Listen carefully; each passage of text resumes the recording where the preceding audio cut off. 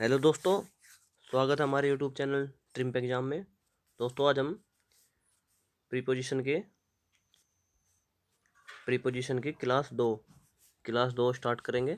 हमने कल कल की क्लास में हमने प्रीपोजिशन का बेसिक जाना था, प्रीपोजिशन की डेफिनेशन जानी थी और उसके 6 रूल कंप्लीट कर लिए थे प्रीपोजिशन के।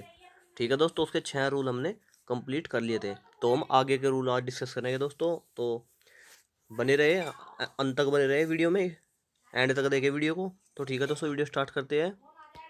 रूल नंबर 7 है, रूल नंबर 7 आज का रूल नंबर 1 है। रूल नंबर 7 है बिसाइड और बिसाइड्स। बिसाइड और बिसाइड दोनों अलग अलग होते हैं। देखो, बिसाइड बिसाइड होता है बाई द साइड ऑफ, मतलब कि किसी की बगल में, उसे कहते हैं बिसाइड। बिसाइड और बिसाइड्स जो होता है उसे कहते हैं इन एडिशन टू, मतलब कि के अलावा उसे कहते हैं हम बिसाइड्स। ये होता है ये इन एडिशन टू। इसका एग्जांपल है, ये है इसका एग्जांपल। बिसाइड वाले का है she sat beside him at the party. She sat beside him, मतलब कि उसकी बगल में। तो यहाँ पे आ जाएगा beside him at the party, तो ये राइट है। अब दूसरा एग्जाम्पल है, एग्जाम्पल 2 है बिसाइड्स स्टडिंग, मतलब स्टडिंग के अलावा। तो यहाँ पे बिसाइड्स आएगा, ठीक है। He is also working somewhere, या he is also working somewhere. तो ठीक है दोस्तों, यहाँ पे आ जाएगा, ठीक है। और अब है रूल नंबर 8। रूल नंबर 8 करेंगे हम। रूल नंबर 8 है बाई और विद। बाई और विद में डिफरेंस जानेंगे। देखो, बाई होता है डूअर के लिए, जो एक्शन में करता है, मतलब कि सब्जेक्ट। डूअर बोलते हैं हम सब्जेक्ट को, मतलब सब्जेक्ट के लिए आता है बाई। और विद आता है is used to denote the instrument, only instrument के लिए आता है विद। ठीक है, तो एग्जाम्पल देख लेगा। एग्जाम्पल है इसका, he struck the dog with a stick.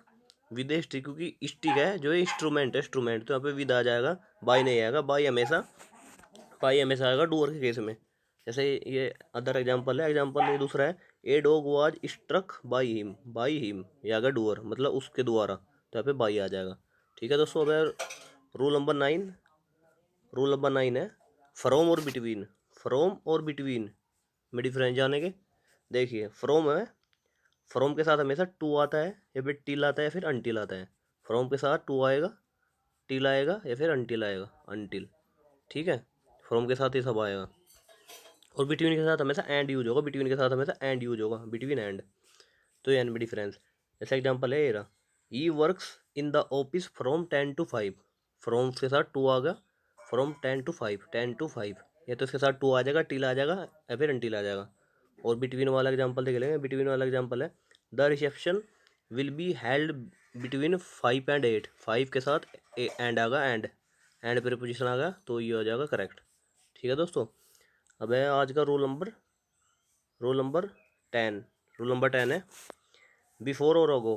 Before और एगो ये भी बहुत इंपॉर्टेंट है, मतलब कि बहुत ही कम डिफरेंस होता है, कन्फ्यूजिंग होता है बहुत ही। तो बिफोर जान लेंगे। बिफोर जो होता है वो डिनोट करता है प्रीसीडिंग एक्शन को जो पहले घटित हुआ है उसको, बिफोर। एंड ये यूज किया जाता है एगो के प्लेस पे भी इसको यूज कर सकते हैं हम। एगो की जगह भी बिफोर को हम यूज कर सकते हैं। और जबकि जो एगो होता है वो होता है पोस्ट एक्शन के लिए। एगो हमेशा पोस्ट एक्शन के लिए यूज होता है, और इसको हम पास्ट परफेक्ट का सिंपल पास्ट, इसको हम हमेशा सिंपल पास्ट में बनाएंगे एगो वाले को, जो एगो वाले से एक्शन बनता है वो। जैसे ये है एग्जाम्पल, ये है सी लेफ्ट इंडिया 2 डे एगो, या फिर 2 डे बिफोर। बिफोर भी आ सकता है, एगो भी आ सकता है, दोनों करेक्ट है। ठीक है, अभी आ गया दूसरा एग्जाम्पल है she had left India before she was married. Before she was married, क्योंकि प्रीसीडिंग एक्शन है ना, प्रीसीडिंग पहले वाला एक्शन है, तो यहाँ पे बिफोर आ जाएगा, before. She had left India before she was married, she was married, तो हो जाएगा करेक्ट। एगो के साथ हमेशा देन यूज होता है। एगो एगो के साथ दैट यूज होता है। एगो के साथ देन, एगो के साथ हमेशा देन यूज होगा। ठीक है, उस वाले केस में। तो चलो अब रूल नंबर 11 करेंगे। रूल नंबर 11 है इन और इनटू। इन और इनटू इन और इनटू में डिफरेंस देखेंगे। इन होता है जो पोजीशन को दर्शाता है, पोजीशन को, इन। और इनटू हमेशा मूवमेंट को दर्शाता है, मूवमेंट को। इन इन दर्शाता है पोजीशन को, और इनटू दर्शाता है मूवमेंट को। तो एग्जांपल है इसका, ये रहा। ये एग्जांपल है the students are in the classroom. The student are in the classroom, ये क्लासरूम में है, तो इन आ गया। The student came into the classroom, मतलब वे आए हैं, मतलब मूवमेंट हुई है कोई, तो came into the classroom, came into the classroom. ठीक है, अब है 12, रूल नंबर 12 है ऑन या अपोन। ऑन और अपोन भी सेम ही बात है, जैसे इन और इनटू होते हैं ऐसे ऑन या अपोन होता है। ऑन आता है पोजीशन के लिए और अपोन आता है मूवमेंट के लिए। अपोन आता है मूवमेंट के लिए, ठीक है। जैसे एग्जांपल है the book is on the table, the book is on the table, ये करेक्ट है। और अदर एग्जांपल ये है he threw the book upon the table, he threw the book upon the table, ठीक है। ये मूवमेंट के लिए यूज हुआ है यहाँ पे। अब next rule, rule number 13, rule number 13 है विद इन, इन या फिर ऑन। विद इन या फिर इन या फिर ऑन, इनमें डिफरेंस अलग है। विद इन होता है before the end of time, मतलब कि उस समय के अंदर, उस समय के बाद, मतलब with in before the end of time, मतलब कि जैसे ये हमने वो दे दिया समय, वे कहते हैं ना कि we will back within 2 minute, मतलब कि 2 मिनट के अंदर अंदर, 2 मिनट के अंदर अंदर। और इन होता है at the end of time, समय के बाद, at the end of time. Within होता है समय के अंदर और ये होता है at the end of time, in, ठीक है। जैसे एग्जांपल है he will return in 10 minutes, he will return in 10 minute या फिर he will return within 10 minute, दोनों करेक्ट है। वह 10 मिनट के बाद लौटेगा या वह 10 मिनट के अंदर लौटेगा, दोनों ही करेक्ट है ये, ठीक है। He will return within 10 minute या फिर यहाँ पे इन भी यूज कर सकते हैं, इन 10 मिनट्स, ठीक है दोस्तों। जैसे अभी है example the train is running on time, is running on time मतलब होता है समय पर, समय पर। ऑन टाइम होता है समय पर, ठीक है। इन टाइम होता है, इन टाइम, इन टाइम होता है समय रहते, मतलब इस चीज़ के समय रहते, मतलब कहते हैं इन टाइम। और ऑन टाइम बोलते हैं हम जो कोई एग्जैक्ट टाइम पर हो, एग्जैक्ट, एग्जैक्ट जो टाइम पर होती है उसको हम बोलते हैं ऑन टाइम, ठीक है दोस्तों। अब रूल नंबर 14 डिस्कस करेंगे। रूल नंबर 14 है जैसे टिल है टू हो और अप टू हो, टिल टू और up to.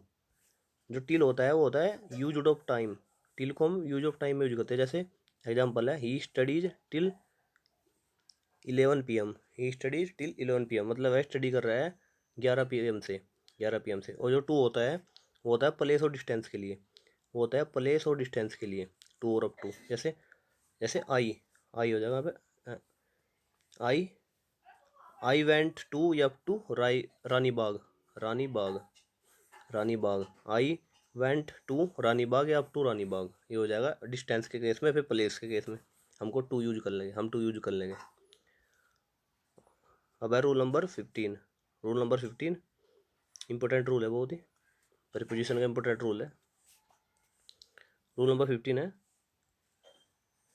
When two words और एडजेक्टिव्स, दो वर्ड्स और एडजेक्टिव रिक्वायर्ड कर रहे डिफरेंट प्रीपोजिशन को, appropriate preposition should be used with both the word, दोनों के साथ अप्रोप्रिएट प्रीपोजिशन यूज करेंगे। जैसे he is senior to and older than I, ये बिल्कुल करेक्ट है। यहाँ पे सीनियर के साथ टू आ गया प्रीपोजिशन, और एंड ओल्डर देन आई यहाँ पे बिल्कुल करेक्ट है ये। जैसे एक अदर एग्जांपल ये है his dress is different from and cheaper than mine, and cheaper than mine मतलब डिफरेंट फ्रॉम, मतलब डिफरेंट है, and cheaper than mine, cheaper than mine, तो ये बिल्कुल करेक्ट है। तो ठीक है दोस्तों, आज हमने 15 तक रूल डिस्कस कर लिए हैं। 6 रूल कल किए थे हमने डिस्कस, और आज 9 रूल डिस्कस कर लिए हमने प्रीपोजिशन के, 9 रूल डिस्कस कर लिए हैं। और आगे वाली वीडियो में हम दोस्तों सबसे इम्पोर्टेंट, जो सबसे इम्पोर्टेंट क्लास है प्रीपोजिशन की, फिक्स प्रीपोजिशन। फिक्स प्रीपोजिशन मतलब कि जो आते ही है प्रीपोजिशन के साथ जो फिक्स है, जिनको हमें कुछ मतलब फैक्ट है उसको हमें, कुछ को हमें समझना पड़ता है, किसको रटना पड़ता है, वो है जो फिक्स प्रीपोजिशन है। वह एज ए वोकैबुलरी भी यूज करते हैं, एज ए मतलब फ्रेजल वर्ब भी यूज होता है वो। तो उनको डिस्कस करेंगे। ये हमने इंपॉर्टेंट रूल डिस्कस कर लेते हैं प्रीपोजिशन के। वैसे तो बहुत रूल है, लेकिन वे कुछ रूल इतने खास भी नहीं है, और कुछ रूल हम फिक्स प्रीपोजिशन से ही कवर कर लेंगे जो फिक्स प्रीपोजिशन में आते हैं, ठीक है दोस्तों। तो दोस्तों वीडियो को ज़्यादा से ज़्यादा शेयर करें और लाइक करें वीडियो को, और चैनल को सब्सक्राइब कर लें अगर आपने अभी तक चैनल सब्सक्राइब नहीं किया तो ठीक है दोस्तों, वीडियो देखने के लिए धन्यवाद। जय हिंद दोस्तों।